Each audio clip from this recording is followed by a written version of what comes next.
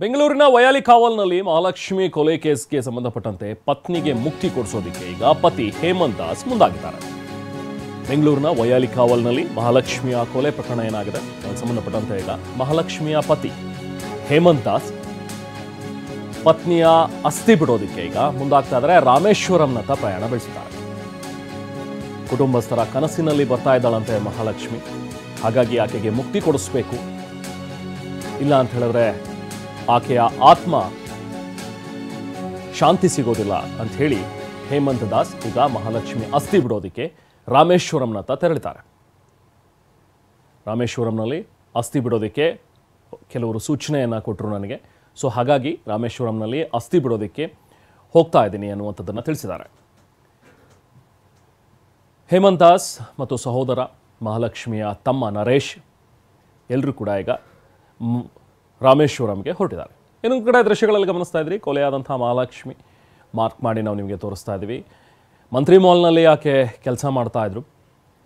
ಆ ಸಂದರ್ಭದಲ್ಲಿ ಅಲ್ಲಿ ತಮ್ಮ ಸಹೋದ್ಯೋಗಿಗಳ ಜೊತೆಗೆ ಮಾಡಿರುವಂಥ ಕೆಲವೊಂದಷ್ಟು ರೀಲ್ಸ್, ಆ ವಿಡಿಯೋಸ್ ಅವೆಲ್ಲವೂ ಕೂಡ ಈಗ ವೈರಲ್ ಆಗ್ತಾ ಇದೆ. ಮತ್ತಷ್ಟು ಮಾಹಿತಿ ನಮ್ಮ ಪ್ರತಿನಿಧಿ ಪ್ರದೀಪ್ ನೀಡ್ತಾರೆ.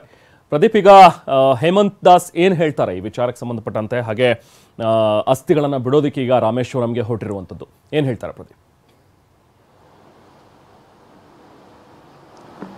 ರೆಹಮಾನ್, ಮಹಾಲಕ್ಷ್ಮಿಯ ಬರ್ಬರ ಕೊಲೆ ಸಂಬಂಧ ಒಂದು ಕಡೆ ಪೊಲೀಸರು ತನಿಖೆಯನ್ನ ಚುರುಕುಗೊಳಿಸಿರುವಂಥದ್ದು, ಆರೋಪಿ ಪತ್ತೆಗೆ ಬೇರೆ ರಾಜ್ಯಗಳಿಗೂ ತೆರಳಿ ಸಹ ಶೋಧವನ್ನು ನಡೆಸ್ತಾ ಇದ್ದಾರೆ. ಮತ್ತೊಂದು ಕಡೆ ನಿನ್ನೆ ಮರಣೋತ್ತರ ಪರೀಕ್ಷೆ ಮುಗಿದ ನಂತರ ಮಹಾಲಕ್ಷ್ಮಿ ಮೃತದೇಹವನ್ನು ಕುಟುಂಬಸ್ಥರಿಗೆ ಹಸ್ತಾಂತರ ಮಾಡಲಾಗಿತ್ತು.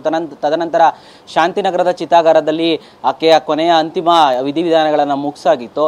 ಸೊ ಇದೀಗ ಅವರ ಏನು ಅಸ್ಥಿಕೆ ಏನಿದೆ ಅದನ್ನೆಲ್ಲವೂ ಸಹ ರಾಮೇಶ್ವರಂಗೆ ತೆರಳಿ ಅಲ್ಲಿ ಆ ಸಮುದ್ರದಲ್ಲಿ ಬಿಡಬೇಕು ಅಂತ ಹೇಳಿ ಕುಟುಂಬಸ್ಥರು ನಿರ್ಧಾರ ಮಾಡಿದ್ರು. ಅಂದ್ರೆ ಇವರು ನಂಬಿಕೆಯ ಪ್ರಕಾರ ಮತ್ತು ಹಿರಿಯರ ಹೇಳಿಕೆಗಳು, ಹಿರಿಯರ ಸೂಚನೆ ಮತ್ತು ಸಲಹೆಗಳನ್ನು ಆಧರಿಸಿ ಅವರ ಪತಿಯಾದಂತಹ ಹೇಮಂತ್ ದಾಸ್ ಜೊತೆಗೆ ಮಹಾಲಕ್ಷ್ಮಿ ಅವರ ಸಹೋದರರಂತಹ ನರೇಶ್ ಇಬ್ರು ಸಹ ಈ ಒಂದು ಮಹಾಲಕ್ಷ್ಮಿ ಅಸ್ಥಿಕೆಯನ್ನು ತೆಗೆದುಕೊಂಡು ಹೋಗಿ ರಾಮೇಶ್ವರಮಲ್ಲಿ ಬಿಟ್ಟು ಬರ್ತೀವಿ, ಅವರ ಆತ್ಮಕ್ಕೆ ನಾವು ಶಾಂತಿಯನ್ನು ಕೊಡಬೇಕು, ಅವರಿಗೆ ಮುಕ್ತಿಯನ್ನು ಕೊಡಬೇಕು ಅನ್ನೋ ಒಂದು ಮಾತನ್ನ ಹೇಳಿ ಈಗ ರಾಮೇಶ್ವರಂ ಕಡೆ ತೆರಳುತ್ತಿದ್ದಾರೆ ಅಂತ ಹೇಳಿ ಹೇಮಂತ್ ದಾಸ್ ಅವರು ಮಾಹಿತಿಯನ್ನು ನೀಡಿರುವಂತದ್ದು. Rehman, okay, thank you Pradeep.